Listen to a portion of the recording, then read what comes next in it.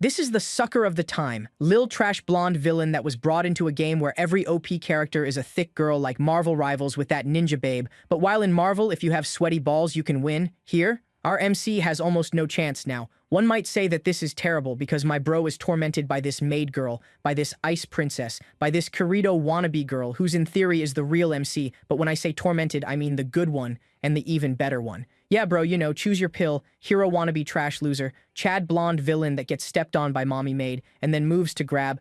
Yo, better stop here before the video is down. Now, unfortunately for bro, he can see that in the future, he will get locked in a dungeon and become the mechanic bull toy of one the girls to be emptied every day. I feel so bad for him that would offer myself to change places. I'm a hero for real. Also, his father went to war and said that when he's back in 1 year, he's better have put a baby inside the maids because they need new heirs. That's what I call running a family like a business. And with all that going on, our boy, who's kinda weak compared to the crazy girls in this world, has to survive the fury of the real MC who's absurdly op. Can he pull that off? Doesn't matter because we're here to see thick babes. Let's get it.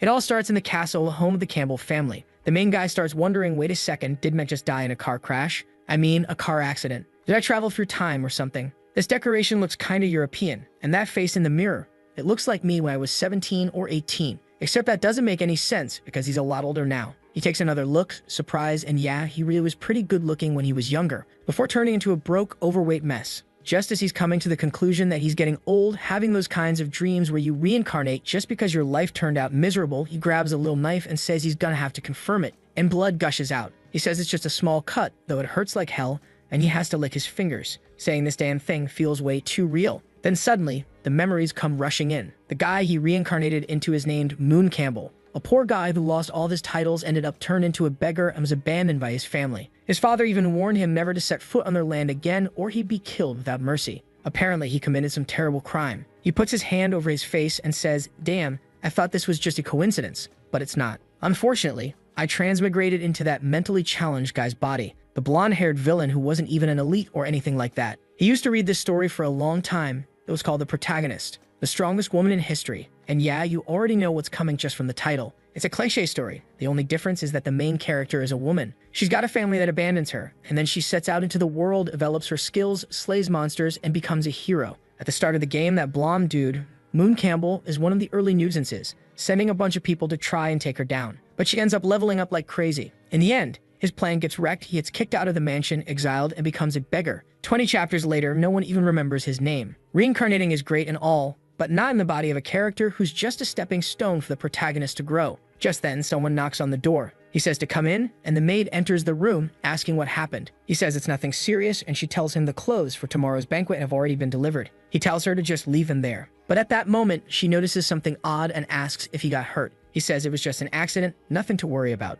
But then $10 if you guess what she does next. Yup, she kneels down and helps clean the blood. She's seriously a motivated worker, definitely deserves a raise. And she even asks him to please stop hurting himself like that. The guy's blushing like crazy, thinking to himself that he's definitely going to remember this moment. Then she spins around like a top, says she's heading out, and tells him to take care of himself. As soon as she closes the door, he's sitting there, blushing like a fool, mumbling about how this world is perfect. He's covering his face and flailing side to side, totally over the moon that he's got an admirable maid. Obviously, he's a hopeless otaku. Meanwhile, the maid outside the room thinks it's weird that he said thank you. Of course, he must have been a total jerk before he reincarnated. Now our guy's wondering how someone who was born good-looking and into a noble family ended up with a cute maid but still thought it was a good idea to provoke the protagonist. The main reason he was exiled is apparently because he tried to drug the third princess or something like that. But now that he knows how that path turns out, he just needs to avoid it entirely. To make sure he keeps this cushy life, the first thing he has to do is be careful with that ceremony where all the chaos kicks off. Then it hits him. The maid with the thick thighs already brought the outfit for the banquet and mentioned it's happening tomorrow.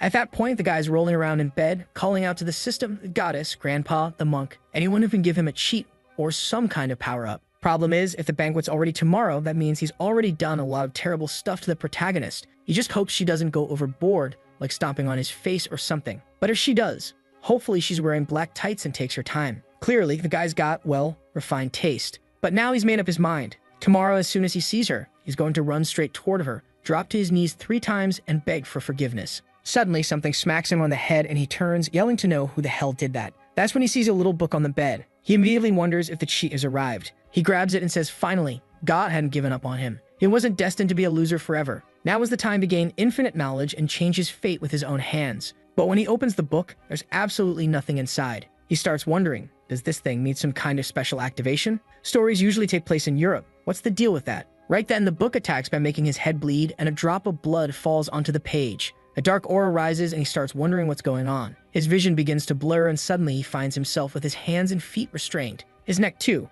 He's all beaten up. Slowly, he opens his eyes and wonders where he is when this creepy girl shows up saying he slept for quite a while. He mentions that his body hurts, but she just says pain is inevitable when learning a lesson. He has no idea how sad she really is. She didn't want him to end up like this, but he's been acting cruel and selfish. He should be bringing pain to others instead of showing tolerance and making everyone hate him. That was the only way he belonged solely to her. But recently, his heart started to change, and that just wasn't going to work. Still, no matter how long it took, she was going to purify him of the love she had, and then they'd be together forever. Then, bam, a barrage of stabs, and he wakes up back in his room.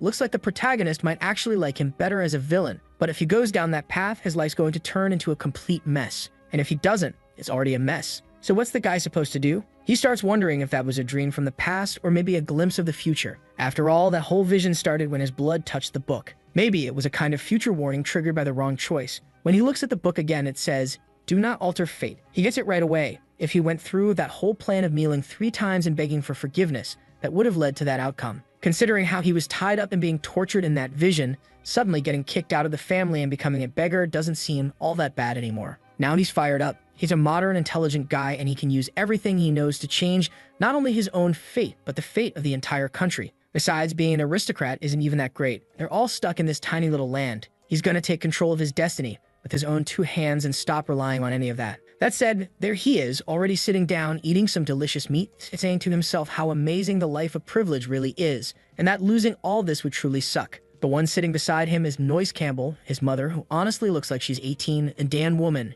and she tells him he looks really happy today. His father, Lon, comments that he's probably just excited about the ceremony tomorrow, since it'll likely be one of the most important moments of his life. He just goes along with it and says, yeah, trying not to raise suspicion. Meanwhile, his mom says she can't let him go to that banquet. Otherwise, all the noble girls will be falling all over him. Lon replies that's not even possible since he has Princess Celia, and any girl who tries something is sure to make her jealous. His mom, acting all cute, says she doesn't like this Celia girl. She wasn't cute at all and didn't deserve her son. Now our boy is just sitting there confused, wondering why his parents have so much faith in him when he was a total jerk. And who the heck is this Celia? That's when it hits him. She's the 3rd princess, the one he tried to drug, which makes her one of the people who'll bring disaster into his life. In the original story, everyone liked her. But here, classic Sundir. Cold on the outside, warm on the inside. Got it. Moon's feeling down, realizing his parents actually seem like good people. He really was kicked out because he acted like a total bastard, and his dad just didn't want to have a rotten son. But that only motivates him more to change his fate. Even if it's risky, he doesn't want to drag his whole family down with him. The real reason his family ends up ruined is that people believe his father ordered him to kill the princess as a form of betrayal. So what he probably needs to do is take the blame himself and make sure no one else gets involved. Problem is, the ceremony's already tomorrow, and there's no time left to be changing too much. What he finds strange is that if the event is so close, why doesn't he know anything about the drug that's supposed to be used? Is someone going to hand it to him? What's actually going to happen? While he's trying to figure all this out, a maid shows up and he accidentally bumps into her. She falls in a weird way, saying he spilled the madam's black tea. When he goes to ask if she's okay, of course, she flinches, thinking she's about to get chewed out. She sees the tea spilled on him and immediately rushes to clean it, but the moment she notices the mess, she's already convinced her life is over. She's going to get fired and probably be eating dog food on the street by tomorrow. The protagonist realizes that his reputation really does precede him, so he tells her not to worry that he's not going to punish her. What's this? The guy's smooth with it too. Pulls her into a hug and tells her to relax. She's all confused, trying to figure out what the young master's doing. Honestly, I'm wondering the same thing. What's with those hands? Then Anne shows up and calls out to him. He asks for the blonde's name, and she says it's Noel. He tells Anne to take care of her, but Anne says she and Noel still need to focus on getting things ready for tomorrow. They can't be slacking off now. He just tells her to hire more people to help. I mean, come on. How does a mansion this massive not have enough staff? Anne just bows and says, all right then. And our smooth talker, as always, buys himself some time as he walks off. Noel comments that it's strange the young master never let anyone help him before because he always said people were dirty, so it's weird for him to suggest that now. Anne adds that she's noticed something strange too. Maybe it would be best to move the plan forward before things spiral out of control. Back in the guy's room, he's searching through all the boxes. A poison that could take down the 3rd princess has to be some kind of high-level, insanely expensive hallucinogenic potion. That's when he finds a black market card. Clearly, it must have been used to buy whatever it was she ended up drinking. The scene shifts to the chamber's commercial district. It's later at night, and the protagonist tells the others to wait there while he goes off to buy a few things. He moves through the area mostly unnoticed, trying to remember the route from the story. Eventually, he reaches a door and says, "Sewer rats." He shows his credential, and the guy welcomes him as a guest and tells him to come in. This is the Leopold Black Market. Potions, ingredients, magical creatures, even synthetic ones. And of course, a classic setup, slaves. One of the protagonist's allies was actually purchased from this place. That part's secondary, though, because right now he's got bigger problems. He enters one of the rooms and is greeted by someone wearing a cat mask, who immediately asks what he's looking for. They've got every type of potion. He says he wants something that's colorless, odorless, works especially well on mages, and knocks them out for hours. He's probably going to buy it, use it, but won't actually do anything to the girl. Now I'm confused too. He's trying to follow the story, but I honestly don't know what he's planning anymore. The person in the cat mask says he must be looking to have a real fun time. If he wants, she can even recommend a few slaves. He says he's leaving, but she stops him, saying to wait. She'll get the potion. Moon says there's no way to tell if this is a man or a woman, and that's fair. Whoever drew this character sure made it tough. It's scary to even guess, so let's keep it neutral. The human being grabs a potion while our protagonist is thinking about how incredible that body is. Most likely, it's a stunning woman with a powerful figure running this whole underworld operation. At that moment, the door opens again and someone else walks in. Judging by the black tights, you already know what time it is. Does our boy have an eye for detail like that too? The person says they're there to buy an extremely strong drug that targets mages and leaves no trace behind.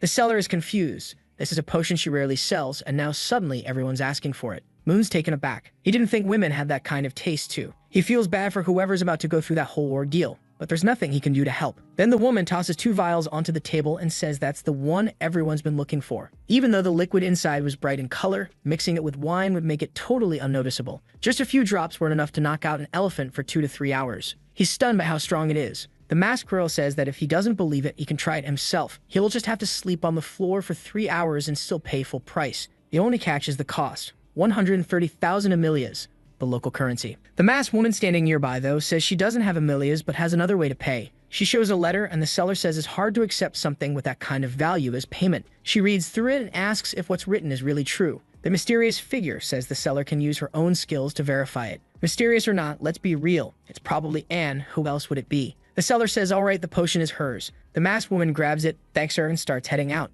Meanwhile, Moon just says to charge it to his card. The seller hands over a bonus potion and says if he combines it with the other one, the experience will be way better. He thanks her, tucks it into his bag, and asks about the info the other woman gave her. But the seller, clearly not too concerned with honesty, says they're old friends. And if he wants the information for a fair price, it'll cost him 900,000 Emilias. He gives her a look and turns away, saying he's not interested. That scam artist was trying to charge him 7 times the price right to his face. No way he's falling for that. He's from the modern world. He already knows a trap when he sees one. As soon as the door closes, the seller says she hopes to see him again soon. She then takes off her mask, and of course, it was a woman. Now she knows exactly what's about to go down at the mansion, and she's wondering who she's going to sell all that info to. Obviously, the most interesting move would be to sell it to both sides and stir up total chaos. Could you, the protagonist? She definitely has that kind of look. The next night, over at the Campbell Palace, it's full of clueless nobles wandering around, and there's our guy right in the middle of it. A mustachioed gentleman shows up with his 3rd daughter, saying it would be wonderful if she got to meet young Mr. Campbell. She glances at our boy and starts trembling, then dashes off, dress fluttering, yelling that her mother was calling her. Honestly, that reaction looked more like fear than anything else. The father apologizes, saying she's a bit scared, and Moon just says it's okay. That's when he starts noticing none of the girls seem happy to see him. Clearly, his reputation has taken its toll. Still, his father, Lon, places a hand on his shoulder and says he's impressed with how the boy's been behaving. He's really stepping up, and tonight, he'll stop being a boy and become the man of the Campbell family. Moon thanks him and says he'll do his best. Suddenly, someone at the entrance calls for silence. The 3rd in line to the throne of the Leopold Empire is about to arrive. Blessed with the purity of snow, known as the Ice Goddess, the 3rd princess, Celia, who looks suspiciously like Payman from Genshin Impact. Lon says he's going to go mingle with the rest of the guests and asks Moon to take care of her. Moon goes right in, calling out to the princess, saying it's been a while. He compliments her appearance, and she even has the little sparkles in her hair like Payman. My god, the girl's got real presence. She thanks him for the compliment. He's acting all sweet and gentle, and she's starting to think something feels off. Then he says she must be tired from the trip and suggests she go rest for a bit. As she walks past, all the nobles bow to her, and she's over there thinking, what's up with this guy today?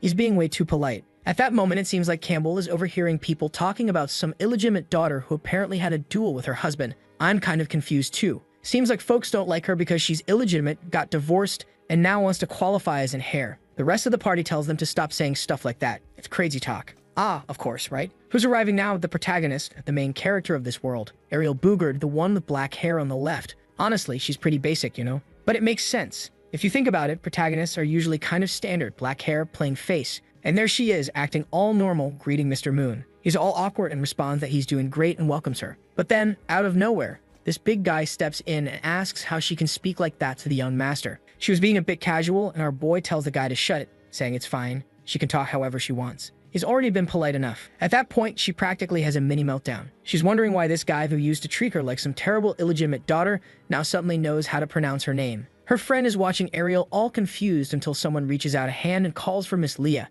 Another one startled, because Campbell knows her full name, Miss Leah Angel. He reaches out to take her hand, but Ariel slaps it away and tells him to knock it off with the scheming. She grabs him and tells him to listen. She's here because of his father, so he better not try anything shady. If he even thinks about doing something awful to her or Leah, she'll make sure he never walks out of there alive. With that, she walks away. I already like her. She's putting on the righteous hero act, but we both know she wants him to cause trouble. Moon's thinking that, just like he expected, dealing with the protagonist is going to be rough, but he says he doesn't really care. Once the night ends, she'll go her way and he'll go his, and they'll never see each other again. Not long after he gives his speech, apparently it's his birthday. Who knew? Looks like he turned 18. Everyone claps and calls him amazing. The guy almost has another episode, but now it's time to get down to business. He looks around and spots the payment lookalike chilling by the mirror. He walks up, introduces himself, and apologizes, saying he hopes he's not being rude. He asks for the honor of a dance. Oh my god, does he think he's royalty now? She accepts, of course. That girl, though, she's rocking some serious firepower with that outfit.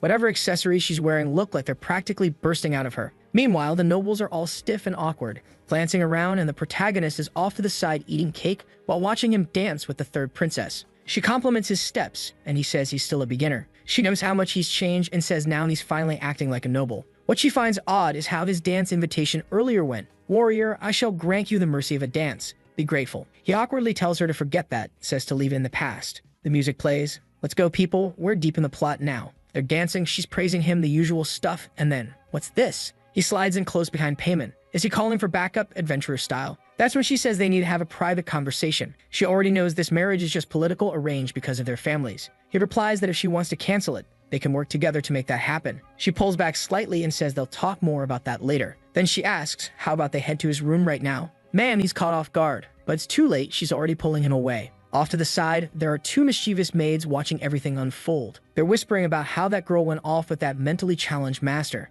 You know what word they're thinking. They say they've got to act fast because that's Lionheart territory now. Back in the room, he offers her a drink. She politely declines, saying she can't have even a single drop. Now Moon's in real trouble because he has no idea how the original protagonist actually managed to win this girl over. On top of that, he still needs to give her the potion, but if she's not drinking anything, he has no clue how he's supposed to pull this off. He asks what she likes to drink, and she says coffee, but then she quickly changes and offers to have black tea instead. Turns out black tea or wine are the only options available in that place. She looks a bit puzzled, but he waves her off, saying he'll go fetch it. Meanwhile, she's sitting there kind of confused. He seems so enthusiastic about making that tea. Obviously, he's back there slipping the potion in. Honestly, I thought it was the sleeping potion, but out of nowhere he says this one drop makes someone fall in love. On top of that, there's another vial he decides not to use. He's not so sure about its effects. Just then, she calls for him, which startles him, and he quickly turns around saying it's almost ready. But oh boy, in that quick spin, some of the potion spills all over the place. And the other vial. Turns out it was an aphrodisiac. He's relieved that none of the potions leave behind a magical trace.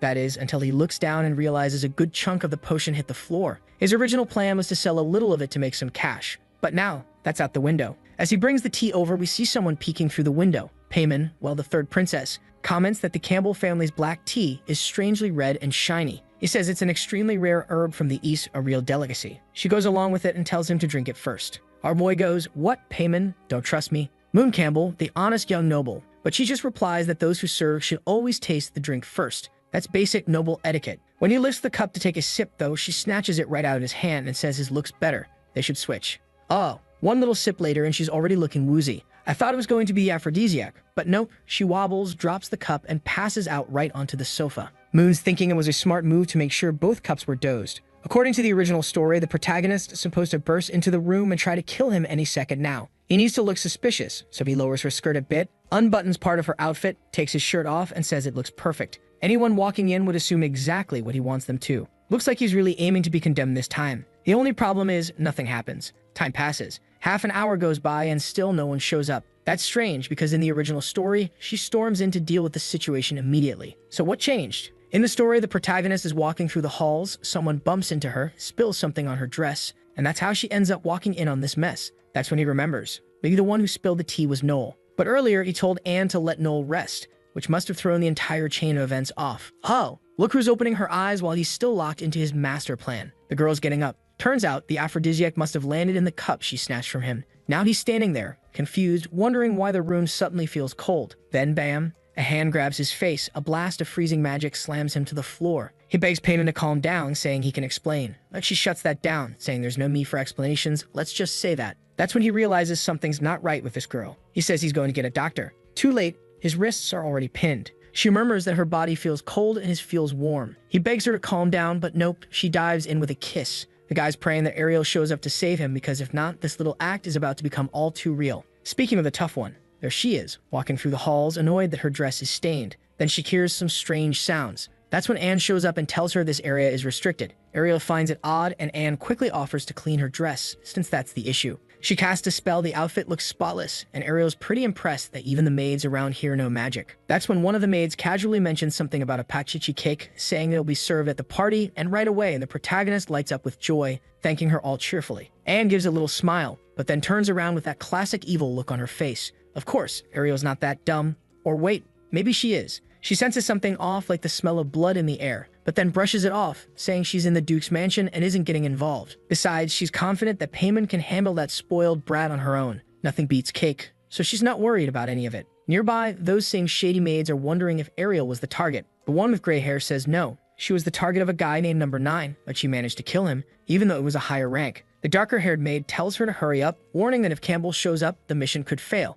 But her partner says not to worry. She already checked the situation, and the action was in full swing. Meanwhile, our boy is a total wreck, scratched up, exhausted. What the hell happened? Wait, nothing actually happened. He was just struggling to defend himself. And now Payman wakes up, puts a sword to his face, and demands his final words. He tries to calm her down, but she just says he's going to the afterlife without saying a thing. He starts to panic. He's not even sure if he'll get reincarnated again. So he blurts out that his intentions came from real love. He's there, glowing with emotion, hoping the gods grant him a second chance, only to almost get his neck sliced open. She coldly says he really is disgusting. He apologizes and asks her to chill, saying they didn't even go all the way. But she snaps back that he's filthy for even calling those sincere actions. If he had actually tried to win her over with real effort, maybe she would have accepted the marriage. But instead, he went the sleazy route, drugs and trickery. He tries to explain that he never meant to insult her. She cuts him off and orders him to get on his knees. Then suddenly, something on the other side of the door catches her attention. She grabs him by the neck and forces him to command everyone outside to leave. She throws him to the floor and tells him to get dressed and deal with whoever's at the door, because he's about to die anyway.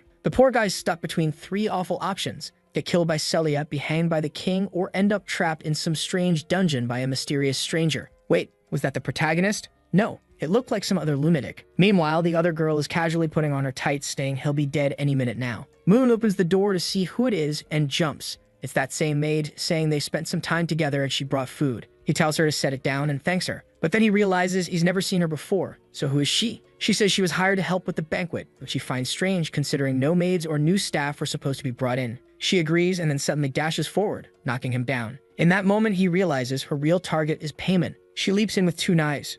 Boom, an explosion, and when he looks up, at least the Ice Queen managed to defend herself. Payman demands to know if her idiot brother sent this assassin. The maid replies that unfortunately the details are confidential. In another room, we see golden orbs floating and whispering that the princess will be killed tonight at the Campbell estate, and that'll be the end of someone. Not sure who this white-haired girl is, but she seems to know what's going on. Back in the room after that explosion, the maid backs off, admitting that Payman's magic is way more dense than expected. But her expression changes when she hears the incantation, because now Payman's charging in with an ice spear and almost skewers her through the skull. While the two go at it in a brutal clash, our guy is thinking, when gods fight, mortals suffer. There's literally nothing he can do. He tries to open the door again, but it's sealed shut. They're still going at hard. He hides behind something, realizing that damn maid must have cast some kind of barrier spell to keep anyone else from getting in. And then he notices something, the change in plans to bring in outside staff that was made just yesterday. The only way a plan could have been prepared for this in advance is if someone's been leaking information. He nearly gets hit by an attack, and all he can do now is pray that Payman wins.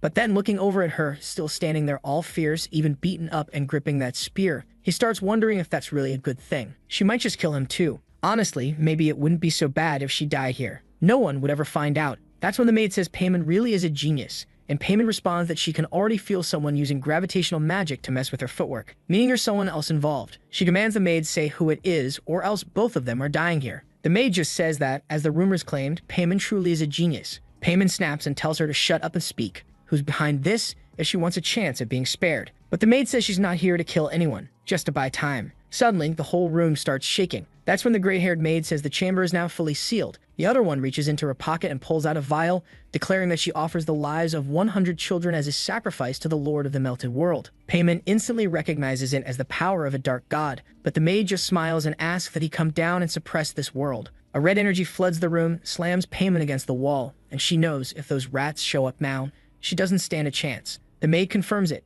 They're rats, sure, but the real target tonight is the princess. She goes in for another strike, but Payman grabs the dagger from our protagonist and blocks the attack. The maid is shocked. This girl, bloodied, her tights shredded, beaten, exhausted. But she avoided the vital points. Still, it didn't matter. She had no blood magic left. One brutal kick to the ribs sends her crashing into the floor. But Payman's built different. She gets back up. The assassin says she'll make her death a painless one and lunges for the finishing blow. Blood sprays, but guess what? Our boy jumped in front and tanked it. He literally took the hit head on. No blocking, no deflection, just pure courage. Guys, remember that moment when our protagonist got stuck at the table? I'm pretty sure it was Anne behind all this. I don't know how I didn't connect the dots. 1 + 1 is 2. It was her. The damn girl's even on the story cover. Anyway, back to it. Anne's calling his name and Payman wants to know why. He's on the floor, spitting blood, and suddenly remembers when the other maid opened the door earlier and told him he could leave. He considered running, but realized he couldn't. So he calls out to Anne and asks what she thinks she's doing. Anne just tells the useless fool to stop getting in the way. But Payman walks past him and slashes her neck deep. The girl drops to her knees and the ice princess just declares that it's over.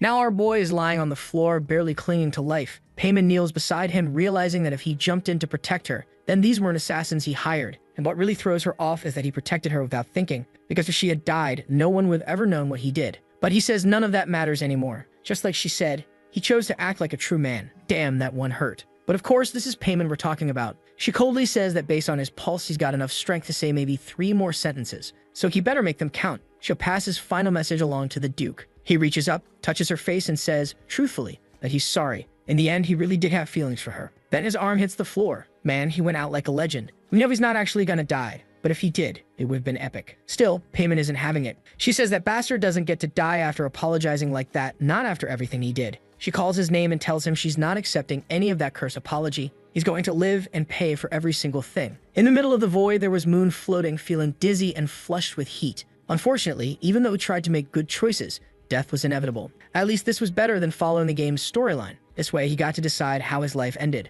But then, a strange black energy appears beside him and a panel forms, showing a breakdown of progress in arrogance, envy, greed, shamelessness, and laziness. Looks like this is about the 7 deadly sins. He's at minus 90% in gluttony, 99% in envy, and 50% in arrogance. A few pages in the book flip over and the thing tells him to keep trying for now. He asks why the damn book didn't show up before he died. Then he hears a meow coming from it, and the scene shifts to the sewers. Ashes drift through the underground and someone is murmuring that Campbell wasn't the real target. But suddenly, a voice asks what she thinks she did to his son. Oh boy, the father shows up, radiating pure Lionheart aura. The assassin instantly starts shaking, and the dad calmly says he wasn't expecting visitors in his house. She wasn't invited, so what was she doing there? And she better speak now. What did she do to his son? Man, the guy is usually nice, but right now, he's a beast. Thinking back, our protagonist must have been happy he managed to at least grind some aura Sung Jinwoo style before dying. Or maybe not, because now we're back in the bedroom and Anne is sitting right next to him. That same Anne who we now know is dangerous. He wakes up and she's right there, asking if the young master is feeling any better. She asks if he needs a doctor, and as he tries to get up, saying he wants to go to the bathroom, the pain in his chest hits hard and he falls right into the soft sheets. He apologizes, saying his legs feel strangely weak, but now he needs to be careful. He can afford to be kind with her. She's absolutely not to be trusted. She tells him that his fiancé asked her to take care of him, so he should know she'll be staying close for the time being. Then she says she's going to help him bathe and immediately starts going for his clothes. He quickly asks her to calm down, saying that just now he started feeling better. She says fine, she'll let him be independent, but still picks him up and takes him to the bathroom. He tells her to get out, that he has stuff to take care of, and a little later we're back in the room. Soon after, she tells him he slept for 3 whole days. And it was Princess Payman herself who asked her to look after him. He barely survived, lost a huge amount of blood, and went without oxygen for too long. He got lucky that Payman managed to use some magic to keep him alive. Hearing this, he realizes she probably didn't say anything about the potion incident. But then Anne says the princess did mention something important. What she actually reveals, though, is that they uncovered the whole assassination plot. His father captured one of the attackers and tortured the truth out of them. The problem now is they still have to kind of apologize to the king. His daughter was put in danger inside their estate. But the weirdest thing is that he didn't receive any punishment at all. Apparently, Princess Payman said something to the king, something that led to him being forgiven. Man, I just summed up like 15 giant dialogue bubbles. This story really gets carried away sometimes. Our guy collapses back onto the bed, finally feeling relieved. In the end, things didn't go that badly. But Anne immediately leans in close, asking why he looks so tense. What happened? Did something happen between him and the princess in that room? Remembering how she said she wanted something warm, he quickly denies it, saying there's no way he'd do something that bold. He'd be sliced to bits. Anne laughs and tells him to go ahead and drink the medicine while it's still warm. But as soon as he takes a sip, he gags. It tastes horrible. He asks what the heck that stuff is. She explains it's a tonic to help him recover and rebuild his blood supply. And then we cut to three maids standing outside the door, whispering about how whenever he eats something sour, he usually whips everyone. But today, he's acting really strange. They start wondering if they should go report this to the madam, but he just tells the three of them to stay put and not say anything. It was just some regular medicine. Then he shoves the whole thing on the spot. The maids close the door, a little spooked, while he sits there looking confused, until he suddenly throws it all up. Man, it looked like he vomited straight crude oil. And the worst part, he's gonna have to drink that thing 2 more times if he wants to fully recover. Anne casually mentions that if he wants, she can make him some pancakes and even a little tea. She hands him a slice of cake and he thanks her, saying she's way too nice. Says she even deserves a raise. She lifts her skirt ever so slightly and says she appreciates the compliment, but she's off to finish the rest of her tasks. On her way out, she tells him to check the nightstand. There's a letter for him. But then he suddenly calls out to her, asking her to wait a second. During their earlier conversation, she mentioned that he'd already taken that sour medicine 4 times. So how's that possible if the moment it touches his mouth, he throws up? She answers calmly. She put sugar in her own mouth and passed it to him. He relaxes for half a second, until the image finally clicks in his head, and he processes what just happened. Now he's screaming into his pillow, but truthfully, he's lying there all cozy on the bed, thinking that if something like that really happened with this big sis,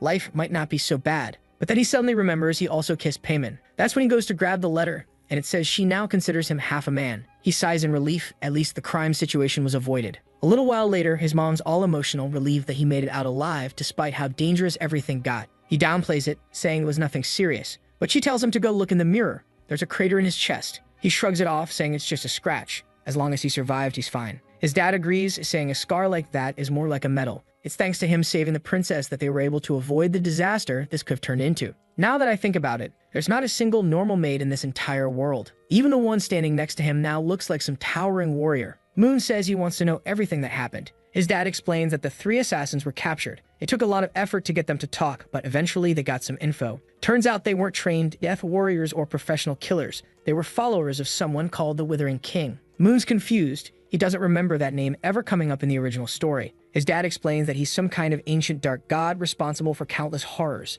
And if the price is high enough, his followers will take on any job, even kill their own parents. But he tells his son not to worry. He's already given the order for those people to be wiped out completely. The protagonist is stunned, and his mom reminds him that his father earned his current position through military merit. Bold as always, our boy says he's proud to be his son. It's well-deserved. What he really wants to know now is whether they figured out who's truly behind all this. His father, however, says no. All the captured hunters were bound by a strange curse. The moment they even tried to say the person's name, they burst into flames and died instantly. The black market was completely wiped out, but no real evidence was found. Moon finds it interesting that his dad destroyed the black market, since that also happened in the original book. In the story, they killed his favorite. Wait, favorite for what? Furious, the father set the royal knights and they burned the whole city to the ground. That massacre lasted 3 months and even the sewers ran red. At least this time it ended much more quickly. On the other hand, this was a big event for Ariel in the story. It was a major growth arc for her. Classic protagonist moment. She'd fight off tons of enemies and her aura would evolve significantly. But now that development won't happen, and all of it changed just because he gave the maid 2 days off. Later that night, it seems like everyone in the house just tells him to get some rest. But he doesn't have time to rest, because the story just keeps going off the rails.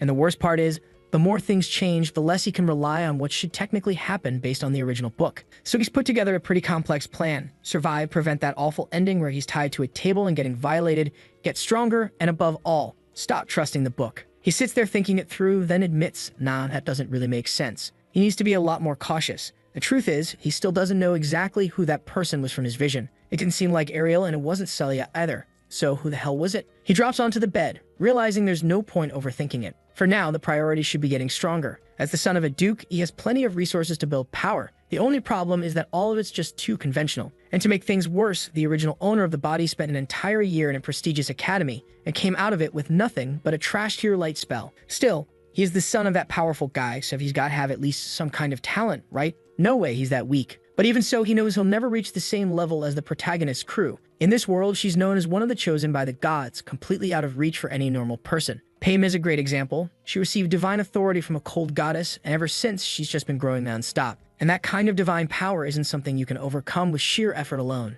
And then there's Ariel, who ends up being blessed by insanely beautiful elemental spirits. Not just one, but more than 10. What a miserable life. What's really miserable, though, is his situation. No matter how hard he trains, there's no way he can surpass someone like her. But that doesn't mean he's just going to sit still either. At the very least, he needs to be strong enough to defend himself, especially if Ariel ever decides to come after him. On the bright side, it seems like he might be able to unlock new talents. With a snap of his fingers, the black book appears, but smacks him right in the crotch. He yells at the damn thing to stop showing up and hitting him every time. Then he hears this strange whistling sound, and the book opens up and starts flipping pages. Now it's retelling everything that's happened over the past few days, and he's annoyed because the thing is way too detailed. The way it's written, it makes him sound like some shady creep trying to do something awful to that poor girl. That's when he notices something odd. One of the words in the text, assassin, is glowing red. Suddenly, a strange energy surrounds him, and he yells at the book to give a warning next time. Now he finds himself in a new room. He looks around and quickly realizes it's not the same dungeon from before. Maybe it's another space inside the book.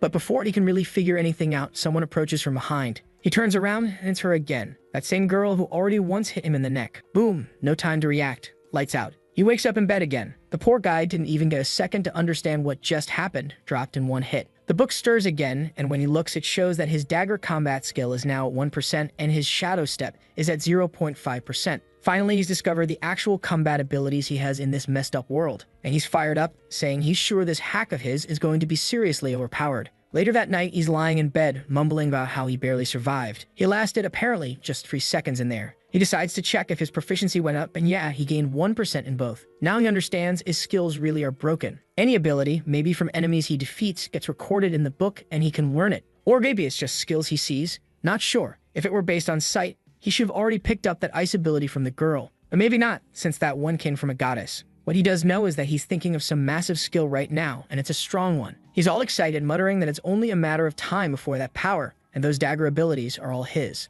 He doesn't exactly know how to gain proficiency fast, but he's about to find out. The book smacks him right in the face, and then boom, he takes a kick to the head, gets slashed across the chest, and ends up shredded. Meanwhile, outside his room, Anne knocks on the door and calls for him. When she walks in, she sees him under the covers and looks a bit confused. Seeing that, she chuckles and says it's funny. He still sleeps the same way he did when he was a kid. Such a cute little boy. She uses a heat-preserving spell and says she won't wake him up just yet. That Anne, I'm just waiting for the plot twist where she turns into a total demon, because there's no way that sweet smile is genuine. As soon as she closes the door, he pops out from under the blanket, grumbling that the cursed book hit him right in the groin. Or maybe he's just getting hit by some cheap tricks. Either way, he's determined to jump back into that dream until he finally beats her. The sun rises, and by that point, he had already tried 185 times. That's some next-level mental resilience. He dies in every single attempt, but now he's lasting 30 seconds. He gets hit with a wave of exhaustion, bumps into his tea, knocks it over, and crashes to the floor, completely drained. But finally, he had found a way to get stronger. The only problem?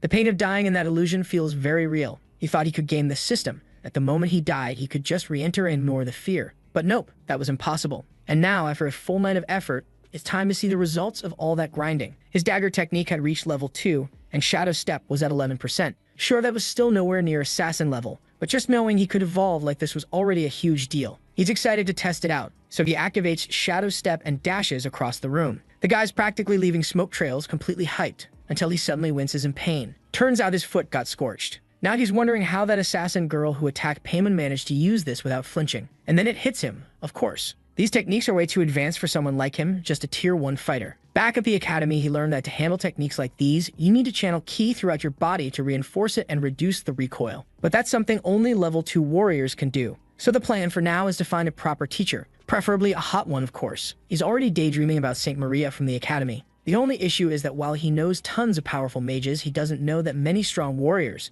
That's because in this world, magic is so ridiculously broken that no one even bothers with martial arts. Why train punches and kicks just to eat a fireball to the face? Then it clicks. There's one warrior, probably the most powerful in the whole story. Or rather, not probably, definitely. That would be his dad. How the hell did he forget he had the final boss living in the same house? In the last 100 years, no warrior has had a greater impact on the world than him. At 15, he was already a royal guard. At 20, he crushed rebel forces. By 27, he became a marshal of the empire. At 32, he earned the title Lionheart King. He's never lost a fight. This guy is the real deal. Our boy is now thinking that Moon actually deserved the tragic ending he got. The guy had everything, a perfect life, and even a father who could have taught him everything. But he blew it. That's fine though, because from now on, he's going to ask his dad for personal training. You'd think the next line would be the dad refusing, but no. It's actually Anne knocking again, saying the master is looking for him. He walks out with her, saying it's perfect timing. He was just about to ask for the same thing. But outside, he runs into two more maids. One of them wears glasses and honestly might be the first thin girl in this whole story. Moon notices they call Anne the head maid now and gives her a compliment. Guess she got promoted, huh?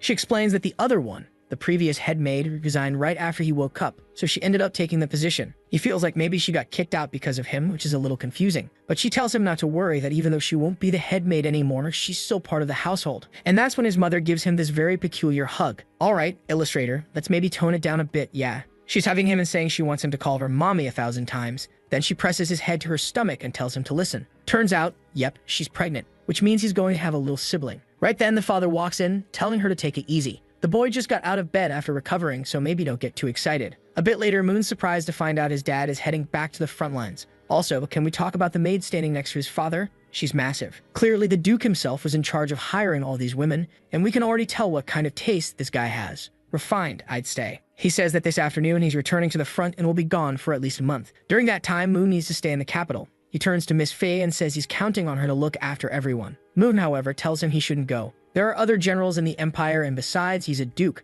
But his father explains that unfortunately, after nearly a decade of silence, things have gotten urgent. There are signs of abyssal demons near the borders. But Moon knows what this actually is, a distraction meant to divide human forces. The real invasion doesn't happen until 3 years from now, when Ariel finally rises as the savior. The problem is, even though his dad said a month, he'll probably be gone for 3 years, which means Moon's plan to learn swordsmanship from him is completely wrecked. A griffin and carriage arrive, and his father waves goodbye, telling his wife not to cry. He'll be back soon. He calls Moon over and says he was impressed when he risked his life to protect the Empress. That was the courage of a true knight, the kind of bravery that runs in camel blood. He reminds him of their family symbol. The sword represents strength, and they are the blade of the Empire. The dragon symbolizes the enemy they must defeat. In other words, they are the weapon of the entire realm. At some point, every man in the family must step onto the battlefield. He's not sure if Moon will follow that path, but that doesn't matter. What matters now is that he's become a real man. And because of that, his father promises to invest every resource he didn't have in his youth, so Moon can become even stronger. Moon just stands there, silent for a moment,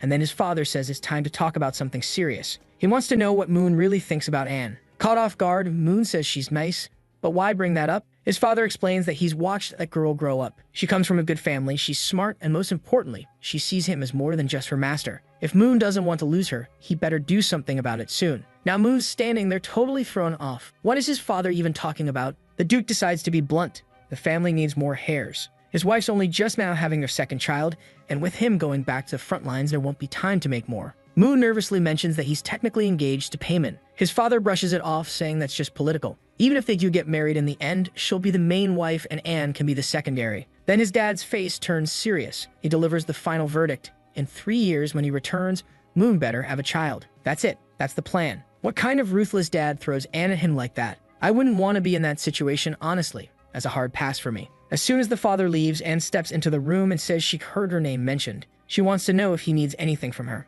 Honestly, I thought Moon would dodge the question, but nope. He goes straight to the point and says they need to have a kid, because that's what his dad just told him to do. But he thinks it's just a joke, so she doesn't need to take it seriously. Her job is to be a maid, and in the future, they'll each go their own way. Then, out of nowhere, he starts saying she's the perfect woman, and he's sure she'll find an amazing guy someday. And if she ever meets someone, all she has to do is tell him in person. He'll give her his blessing to leave. And then, with all the confidence in the world, he puts a hand on her shoulder and tells her to be brave and go find her own happiness. Meanwhile, he walks off feeling great, thinking he just pulled the perfect move. But is he actually into her? Feels like he is, doesn't it? But just as we expected, yeah, that didn't sit right with her at all. She's literally shaking with rage, whispering through clenched teeth that he really has changed. She can't wait any longer. It's going to have to be tonight. And here we are tonight. Our boy's lying there thinking how nothing is going the way he planned. He thought he'd get help from his father to get stronger, but now the guy's gone. So now he's got to figure it out solo. For the time being, he's avoiding the academy, since half the people there are close to the all-powerful protagonist, and that would only make his situation worse.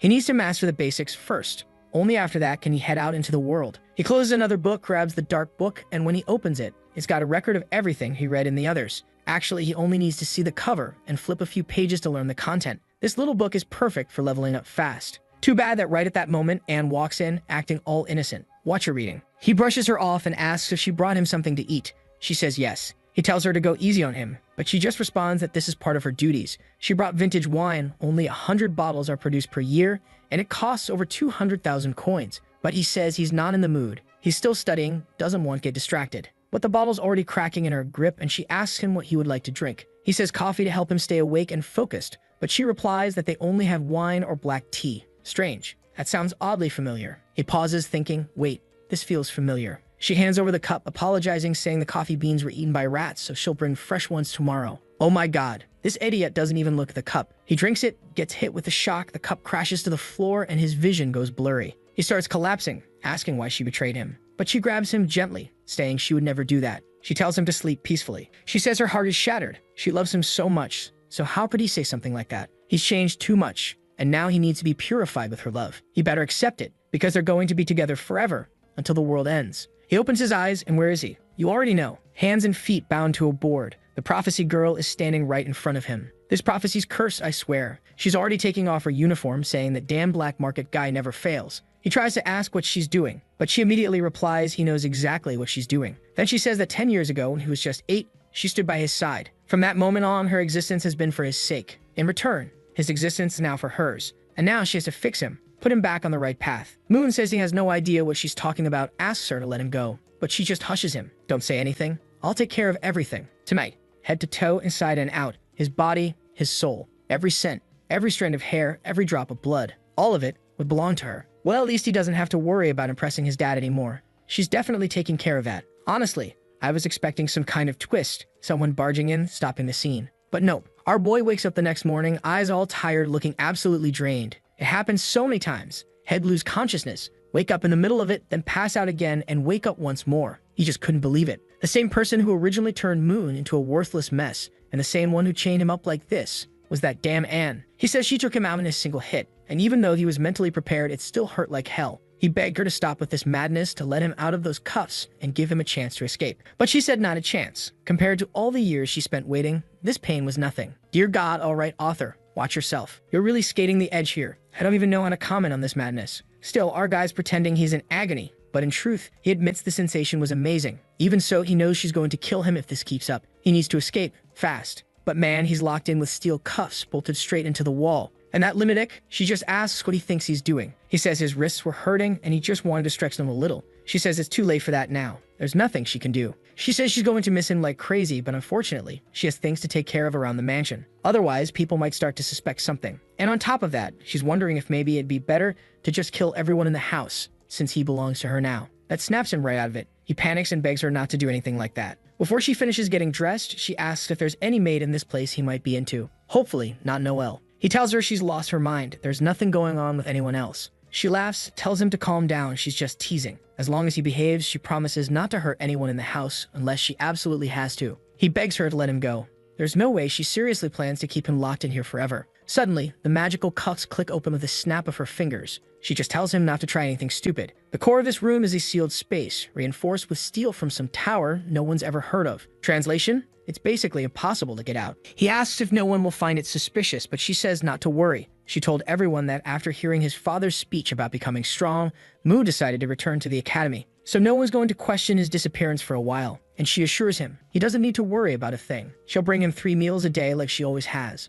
Obviously, he should trust her. She's been doing this for years. And then, wham, she lands a clean hit. The guy's writhing in pain. Honestly, this maid is way past the line now. It's hard to tell if someone out there would willingly agree to this level of insanity. She waves goodbye, he yells for her, but the door slams shut. He never could have guessed that out of everyone mentioned in the prophecy, it would be her. And every time he talks trash about the situation, the next thing he says is always how good it felt. That much, he can't deny. The problem is, he knows that if this keeps up, he's not going to survive. Even though she mentions some kind of magical sealant, he decides to try the door. He grabs the handle and pulls with all his strength, but immediately drops to the floor in agony. The entire room is made from pure steel, magically enhanced. There's no way out. Finally, the book shows up without slapping him in the face this time. Moon tells it straight. He's got no chance. This woman has as much power and potential as Payment herself. Even if he started training now, there's no way he'd get strong enough before dying. But the book just stays open. And he figures, alright, he's got nothing better to do. May as well train instead of moping around. But then wait a second. As he opens the book, he realizes the one he read last night had the equation to get through this exact situation.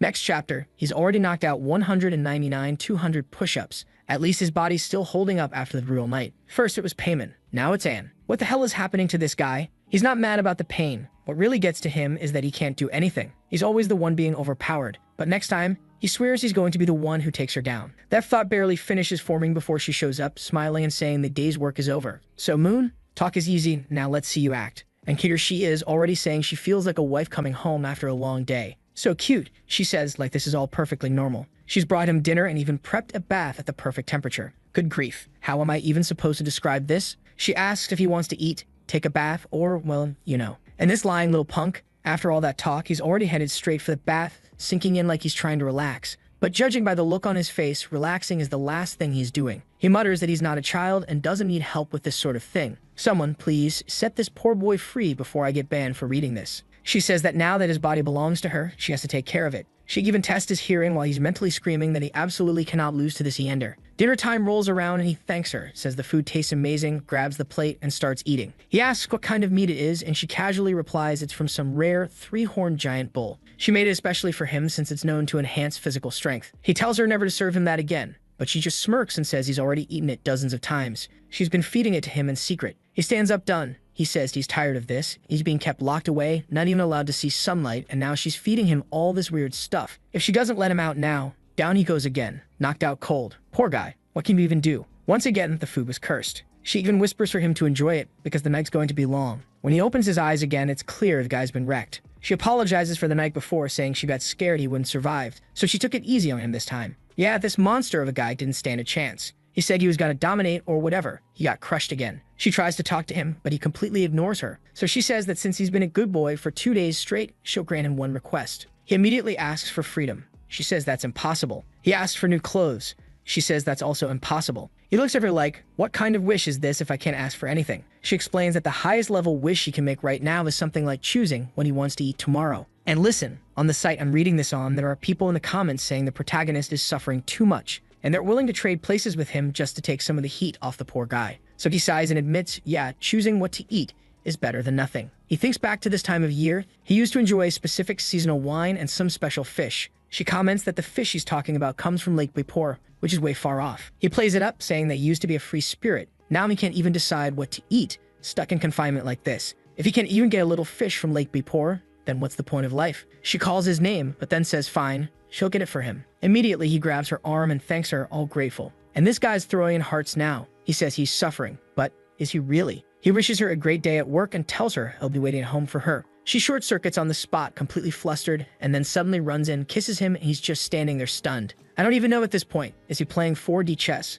trying to mess with the villain's head? As she's leaving, she mentions that the journey to Lake Bipor will take until tomorrow afternoon, so he better get some rest. And once she's outside, she's visibly holding herself back, muttering that she almost couldn't control herself. The young master really is the cutest thing in the world, and she can't wait to bring him that fish just to keep spoiling him more. While he's thinking that maybe, just maybe, he'll finally get a moment of peace and a full night's rest, he figures that means it's time to pull out his favorite treasure, the book. Gotta grind a little more in those simulated training spaces. It looks like he's asking to enter a simulation called the Space of 1,000 Locks, based on one of the books he read to level up his ability to break magical seals. Meanwhile, somewhere under the rain and brewing storm, someone's warning a certain girl that Lake Bipor is extremely dangerous right now. She should back off. As the person reaches to grab her hand, she activates a power and stabs him in the hand, saying no one but the young master is allowed to touch her. If he tries to stop her again, she'll feed him to the fish. The old man just grumbles that if the crazy woman wants to die, he won't stop her. But she should know. Lake Bipor's master is awake. The guild's been watching and they confirmed. It's a monarch-class creature. Anne lifts her hands and says, that explains this weird weather. The boatman mutters that she better leave him 300 coins. He's got to deal with his injured hand now. But even more than that, she shouldn't mess with the Adventurers Guild. They won't let her walk away unscathed. She's just got a bucket full of coins sitting in the ice. He asks her again, does she really want to go? She needs to understand how dangerous this is. She's not grasping what it means to make enemies out of the main Adventurers Guild. But she flatly says she doesn't care. They mean nothing to her. She's doing this for love. Then we cut to a group of adventurers gathered near the lake. One girl holding a staff is saying she can't let anything happen to Rod. After this mission, she's finally going to confess. Someone snaps at her, tells Erica to focus and stop daydreaming. She's the healer she needs to cast now, or they won't hold out much longer. She starts channeling magic, and another adventurer yells that the creature is coming. After tanking so many special attacks, the thing is finally about to reveal itself. That's when a giant shark erupts from the lake. Obviously, it's the master of the lake. It charges up a massive water bomb. Someone screams Rod's name, and he casts a blessing of the earth to throw up a barrier. He yells for the mage to launch a spell, and she starts conjuring through her staff. Turns out she's a healer and a mage. Talk about multitasking. But just before her spell lands, another explosive blast goes off. She tells Rod to charge in. He takes the opportunity, rushes the creature, and lands a direct slash to the head. The entire lake detonates with the hit. He's exhausted, but still manages to turn around and throw a thumbs up, saying, "It's done." Wow, this guy's got a powerhouse mage and a dedicated healer. That's one perfectly balanced party. The mage is standing there fixing her hair, all smiles and gratitude, while poor Erica, the healer, is just sitting there, feeling like she didn't contribute anything. Rod and the other girl, Tia, are complimenting each other, saying it's great to be adventuring side by side. Meanwhile, Erica's seething inside. She made a promise when they were kids that she and Rod would always be a duo. She's been working hard for years, but it feels like he never sees her anymore. She was the first one by his side, and now she's just background support while he's clearly falling for someone else. Ty is still healing him when Rod suddenly calls out to Erica, telling her to snap out of it and help dissect the lake monster. But then, something feels off. They hear a strange sound. The surface of the water grows murky again, and then, boom, water blasts upward into the sky. Everyone ducks immediately. Another lake beast is rising. This one's different. This one's the real deal. Tia quickly starts casting a third-tier spell, this one huge, but it doesn't do a thing. The magic slams into the creature's neck, and nothing. The beast counters with a thunderstorm attack from its horn. Lightning tears through the sky. Erica grabs Rod and pulls him out of the way, yelling for him to be careful. But he tells her to move. This monster is way beyond what they're capable of dealing with. She asks what he's going to do, and he says, "I'm going to protect Tia. I brought her into this party, it's my responsibility." Even if it meant dying, he was ready to die by her side. Yet, Erica definitely would have preferred not to hear that. Rod charges forward while, from a distance, someone's silently watching the whole mess unfold. Of course, it's Anne, curious to witness the power of a monarch-level beast firsthand. If dragons had this kind of strength, she figured she'd finally be able to get that specific part to feed the young master. But why is she always trying to feed him monster meat anyway? Once again, the boss readies another lightning strike. Rod knows it. This is the end for them. But just then, Anne casts a binding spell. A bolt of lightning crashes from the sky and slams into the creature. When Rod looks again, the beast is falling back into the lake. Even the attack it was about to unleash had been completely cancelled. Someone checks on Erica, asking if she's alright. It's Anne. She tells Erica to stay out of it.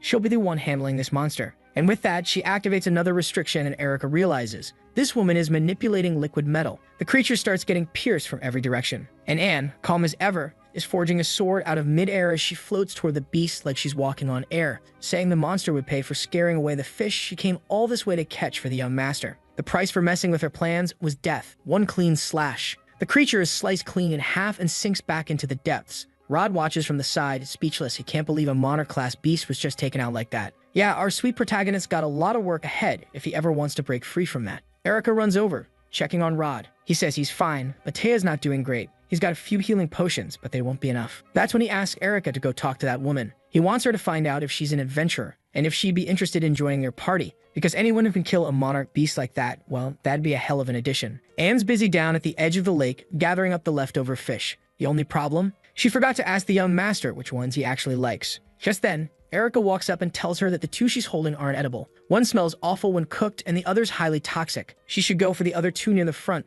They're the famous edible ones from Lake Baypor. Anne, curious, asks how she knows that. Erica explains she used to live nearby. A lot of nobles like those fish, so she'd catch and sell them. Within 15 minutes of watching Anne prep, she already knew how to handle it and make it perfect. That's when Erica asks, "Did you come all this way to get this fish for someone you love?" Anne just answers calmly, "Yes. The person she loves wanted fish, so she came." Erica replies, "To have someone you love that much and to have them receive that love from you. They must be really lucky." Anne pauses, reflecting on how her love is received, which right now involves the guy unconscious in a dark room, and says, "Yes, he's very lucky. I'm sure we understand the depth of my love." She turns to leave, but Erica calls out to her, asking her to wait. She says it's about love. She has a problem, and she wants the opinion of a mature woman like her. Anne sets the fish down and replies that love is the kind of problem where the solution isn't always clear. But since Erica helped her figure out the fish situation, she'll try to return the favor with some advice. Erica starts with the classic line, "So, my friend, she's like someone for a really long time." But she doesn't know if this person feels the same. Her friend's kinda shy, a bit naive, and now there's another woman in the picture. And ever since, he's been treating that new girl better. So now she's thinking of giving up. Anne listens carefully, then asks how much this friend loves that guy. Erica immediately replies, "It's not me, it's my friend." But Anne cuts the act. "Enough with that. Just say it." Erica finally admits it. Yes, it's her. She's loved him since they were kids, for over 10 years. Anne looks her dead in the eye and asks, "Would you give your life for him?" And Erica says, "Not just my life. I'd do anything for him, even if the whole world stood against me." Oh boy, here we go. Another one completely off the rails. Anne just nods and says, "Well, sounds like you already have your answer then. If her love really runs that deep, there's nothing left to ask. She needs to follow the true voice in her heart and give everything she has to the one she loves. And more importantly, she should really think hard before making any choice she might regret later on." As Anne walks away, Erica's left there, deep in thought, replaying that whole follow your heart speech. But then suddenly, a strange flame ignites, not around her, but inside her. A voice whispers, asking if she's really going to give up everything. Is she really going to surrender? The voice tells her to let go of morality, of laws, of even her own life, to sacrifice it all for him, and not let anyone else take him away. Man, this world's a ticking time bomb. I remember the stuff in the Zhang Hao story where the girls were unhinged, but this is a whole other tier of crazy. Now she's trembling, muttering that she's going to lose it if someone else ends up with Rod. The voice replies, "Finally, you understand. You need to embrace your deepest desires and claim him. But there's a catch. Rod's strong. So if she wants to make sure he truly belongs to her, she'll have to break his arms, slap a collar on him, and reduce him to nothing more than a pet. Yup. The demons in this world, there's something else." Meanwhile, Rod's sitting by Tia, practically saying a prayer over her. He turns to Erica and asks if she's okay and what happened with that other woman. She says she's fine. The lady didn't do anything. She just took a little while because she ran out of mana. The only issue is that she's a maid from a noble family, so she won't be able to join their party. Rod says that's fine. What can you do? He just wanted to thank her in person. Tia agrees. If it weren't for that woman, they'd all be dead. But then Tia adds that she noticed something strange. A weird mark on Erica's chest. Erica quickly covers it up and brushes it off, saying it's nothing, probably just from the impact earlier or some kind of magical backlash. She'll get it checked out later. Rod picks Tia up in his arms and says she's right. They need to find somewhere to rest. The two of them are all soft and flirty while Erica just watches from a distance, eyes dark, something definitely not right. Next morning, our poor boy wakes up looking like a wreck, probably trained all night because of course she's already back saying she finally returned. I'm convinced now he's pulling the classic 3D chess move. He puts on the act saying he missed her so much and that he was sure if he didn't see her again, he was going to die. She strokes his face sweetly, saying it looks like he's finally ready to give her his body and soul. She apologizes. It's just that Lake Bipor was really far away and it took longer than expected to bring back the freshest fish. But here it is, just what he asked for. And wow, she really went all out, 5 clean cuts on the fish, tossed in 3 herbs straight into the oven. The presentation is ridiculous. He's hyped, saying it smells amazing and he's already reaching out to try it. She makes the airplane sound, feeding it to him, and he thanks her, tells her she should try it too. But she shakes her head and says not this time. She made this one especially for him. She tells him to be careful though, fish have lots of bones. He scoffs, says he's not a kid, but the moment he takes a bite, something gets stuck in his throat. Immediately, she leans in and says she'll take care of it. He panics, how? And she, completely deadpan, says she'll press her lips to his, use her lung capacity to pull it out, and that'll clear his airway. He tells her she's absolutely insane. That doesn't even make sense. But life is cruel, and our boy suffers a tragic fate. Next chapter? Yeah, we jump straight into chaos. She cheerfully says the problem's solved. She pulled the bone out. He mutters a tired thank you, and just starts eating again, if only to get her to stop talking. A little while later, he finishes his plate and admits it really was excellent fish. I'll give you 25 cents if you can guess what she wants to do next. But he shuts it down, tells her not now, he needs a break. That's when she pulls out the psychological cards and asks, "So, are you getting tired of me already?" But our boy is slick. He says that, according to the experts, it's not good to exercise right after eating. It could be bad for the body. And if a child were conceived in that kind of state, it might not be born healthy, and the pregnancy could end up being complicated. Anne, of course, interprets all of this as him being deeply concerned about her, and she gets emotional. She says, "All right then, you make a good point. I'll come back tonight to continue our little work." Before leaving though, she casually mentions that she passed through the famous city of Savit, known for its custom-designed outfits. He asks what that has to do with anything, and she says she bought a, well, combat outfit, something fierce and full of armor. Just by the look on his face, you already know what he's thinking. He immediately says he's not into that stuff. He's a man of integrity. But she just smiles and says, "I've been around for a long time. I've seen all the magazines you have. The reason she always wears those black stockings, it was for him." And the poor guy is stunned. He always thought that was just her personal fashion choice. But he has to admit, yeah, she nailed it. He did like them. She laughs, calls him adorable, then waves goodbye and tells him to take a nap. Just like that, she's gone and he's still stuck in that room. Man, I'm seriously hoping our protagonist escapes soon. Sure, the situation doesn't look that bad from the outside, but come on, you're just gonna stay locked up in a room forever? Wait, scratch that. Spoke too soon. He's already up and activating his skill to try and unlock the door. And this kid, genius. Turns out he asked for that fish bone on purpose. He's using it like a makeshift lockpick. But the moment he starts working on it, he triggers a trap. 12 cuts across the mechanism. He falls back instantly, cursing under his breath, saying she's gotta be kidding. There's no way something this insane could be opened manually. Based on the theory from one of his books, he has to lift each of the lock pins to the exact height without breaking the fish bone to trigger the release. The catch? He only managed to hide 4 fish bones from her. And this thing requires 12 perfect attempts. It's gonna be hell. Worse still, if the bone breaks inside the lock and she finds a piece left behind, she'll know immediately. He gives it another shot and yep, snap. That's not even the first one he's broken. He's already gone through 3. It's been an hour and a half. She'll be back with his food any minute now. He calls out to the book, trying to squeeze in some last-minute study. At this point, it's too complex to brute force through it. At least he's mapped out the exact pin height for the first 10. It's just those last 2. He's got nothing to lose now. It's all or nothing. Meanwhile, in the kitchen, the 2 maids are hanging out.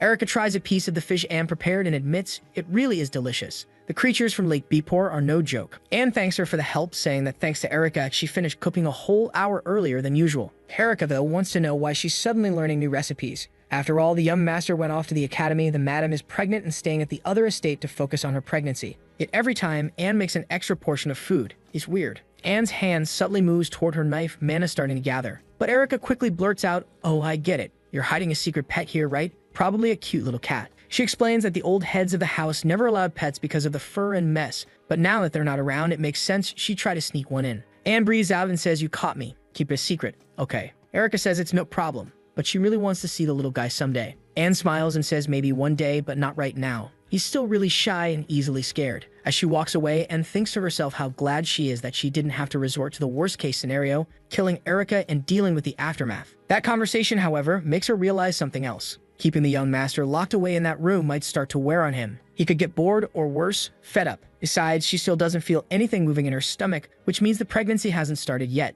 At the very least, there'll be another 10 months before that even becomes a thing. Maybe she should actually eat a pet to help the young master relax a little. A cat wouldn't be a bad choice. Or better yet, she'll just ask him directly what he wants. But then, her whole expression changes. The tray slips from her hands, food crashes to the floor. When she gets to the room, the door is wide open. Our boy, he's out. He finally escaped. Let's go. He's hiding in some rundown wing of the mansion, furniture trashed, everything dark and dusty. He stumbles and falls awkwardly, hitting the ground hard. Everything's filthy, the lighting's terrible, but whatever. Thanks to the memories of his body, he knows exactly where he is. And if there's one magic trick this useless guy does know, it's that little light orb. It's time. He needs to get out before she finds him. Just as he thinks that, clang, a knife slams into the wall next to his head. He gasps, saying it's impossible. He ran way too far to be caught already. But then he hears it, that voice. From the shadows, calm and terrifying, she says, "I finally found the like on this video that helps Mamoru make more juicy content for his viewers. Activate the cheeky little bell, and I'm out."